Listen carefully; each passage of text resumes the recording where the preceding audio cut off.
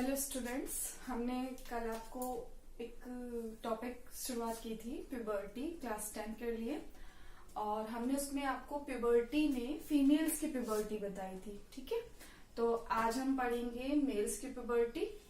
सबसे पहले अगर मेल्स की प्यूबर्टी की बात करें तो मेल्स की प्यूबर्टी में सबसे पहला टॉपिक आएगा कि मेल्स की प्यूबर्टी में मस्कुलर ग्रोथ स्टार्ट हो जाती है। मस्कुलर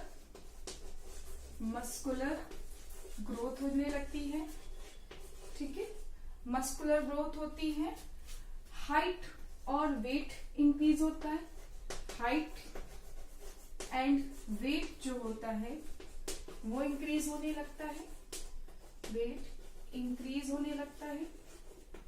ठीक है, और हाइट और वेट इंक्रीज होने के साथ साथ ये जो होती है हेयर ग्रोथ होती है।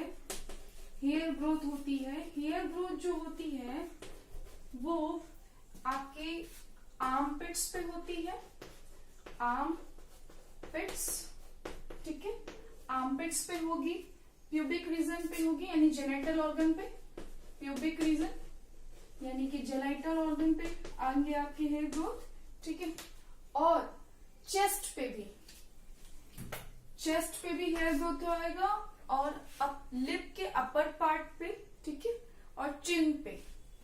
तो chin and upper part of the lips, upper part of the lips, यहां भी हेयर ग्रोथ होगी।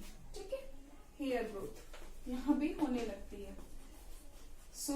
ये हो गए आपकी हेयर ग्रोथ होती है। अच्छा, जो वॉइस होती है, ये वॉइस भी आपकी कैसे हो जाती है? वॉइस हो जाती है डीपर। ठीक है, वॉइस डीपर हो जाती है। 6 क्या हो जाता है? हॉर्मोन्स रिलीज होते हैं। जो मेन हॉर्मोन्स मेल्स में रिलीज होता है उसको बोलते हैं टेस्टोस्टेरोन। हॉर्मोन्स रिलीज होते हैं। ठीक है, हॉर्मोन्स रिलीज होते हैं, और जो मेन हार्मोन है उसका नाम है टेस्टोस्टेरोन। ठीक है, इस मेन हार्मोन का फंक्शन क्या है? ये करता है प्रोडक्शन ऑफ स्पर्म। ये प्रोडक्शन ऑफ स्पर्म्स करता है। Production of sperms. ठीक है, हॉर्मोन्स रिलीज होते हैं। और होता है जो जेनिटल पार्ट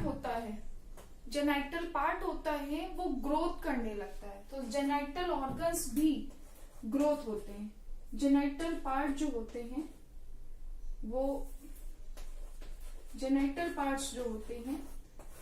वो भी डेवलपमेंट करने लगते हैं। जेनिटल पार्ट जो होते हैं वो डेवलप करते हैं।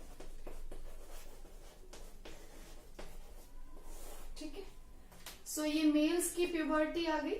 मस्कुलर ग्रोथ होती है, हाइट और वेट इंक्रीज हो जाता है, हेयर ग्रोथ होती है, आर्मपिट्स पे हेयर ग्रोथ आएगी, अपर लिप पे आएगी, चिन पे आएगी, चेस्ट पे भी हेयर आने लगते हैं। ठीक है, प्यूबिक रीजन होता है, और वॉइस जो होती है वो भारी हो जाती है, डीपर हो जाती है।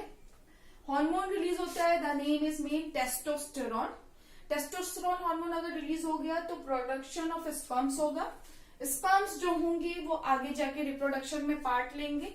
ठीक है, और जेनिटल पार्ट्स भी डेवलप होते हैं। कुछ मेल्स में जो होता है वो चेस्ट भी डेवलप्ड होता है। चेस्ट डेवलपमेंट में अकर।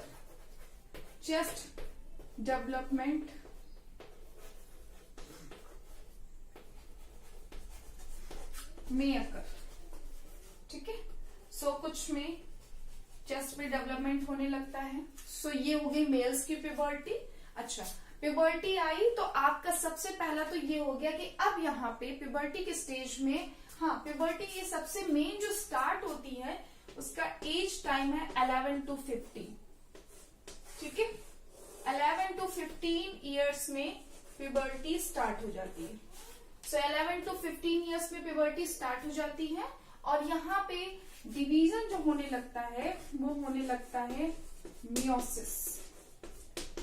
मियोसिस डिवीजन होने लगता है। मियोसिस डिवीजन तब होता है जब रिप्रोडक्टिव ऑर्गन्स में डिवीजन होने लगा, ठीक है। सोमैटिक सेल्स में डिवीजन नहीं होता है, रिप्रोडक्टिव ऑर्गन्स में जब डिवीजन होता है तो वो मियोसिस होता है। और मियोसिस डिवीजन के बाद सारे रिप्रोडक्टिव ऑर्गन्स जो होते हैं उनका ग्रोथ होने लगती है, उनकी डेवलपमेंट होने लगती है, रिप्रोडक्टिव स्टेज आ जाती है, ठीक है। सो मेल्स की प्यूबर्टी सेम एज एन फीमेल्स। फीमेल्स में भी मियोसिस डिवीजन होने लगता है, reproductive organs growth and development करने लगते हैं। उससे पहले जो डिवीजन हो रहा होता है प्यूबर्टी से पहले, वो होता है माइटोसिस डिवीजन। माइटोसिस डिवीजन यानी सेल्स का डिवीजन होता है। जो सोमैटिक सेल्स होती है, सोमैटिक सेल्स क्या होती है, जैसे हमारा हैंड है तो हैंड का अगर सेल है तो वो डिवाइड होके हैंड सेल में ही जाएगी ना, तो पर्टिकुलरली एक ही ऑर्गन में डिवीजन हो रहा है, फिर पर्टिकुलरली एक ऑर्गन, फिर हमारा जो भी लेग्स है तो वहां का डिवीजन हो रहा है। तो सोमैटिक स्किन सेल्स जो होती है वहां पे जो ऑर्गन्स जो डिवीजन होता है दैट इज कॉल्ड माइटोटिक, और यहाँ पे मियोसिस डिवीजन होता है। तो ये आपकी प्यूबर्टी हो गई मेल्स और फीमेल्स में। अब यहाँ पे ये टॉपिक खत्म हो गया। अब हम नेक्स्ट टॉपिक पढ़ेंगे ह्यूमन रिप्रोडक्शन, ठीक है। तो उसमें हम सबसे पहले पढ़ेंगे फीमेल रिप्रोडक्टिव ऑर्गन। ओके, वो हम नेक्स्ट वीडियो में पढ़ाएंगे, ठीक है। Okay, thank you.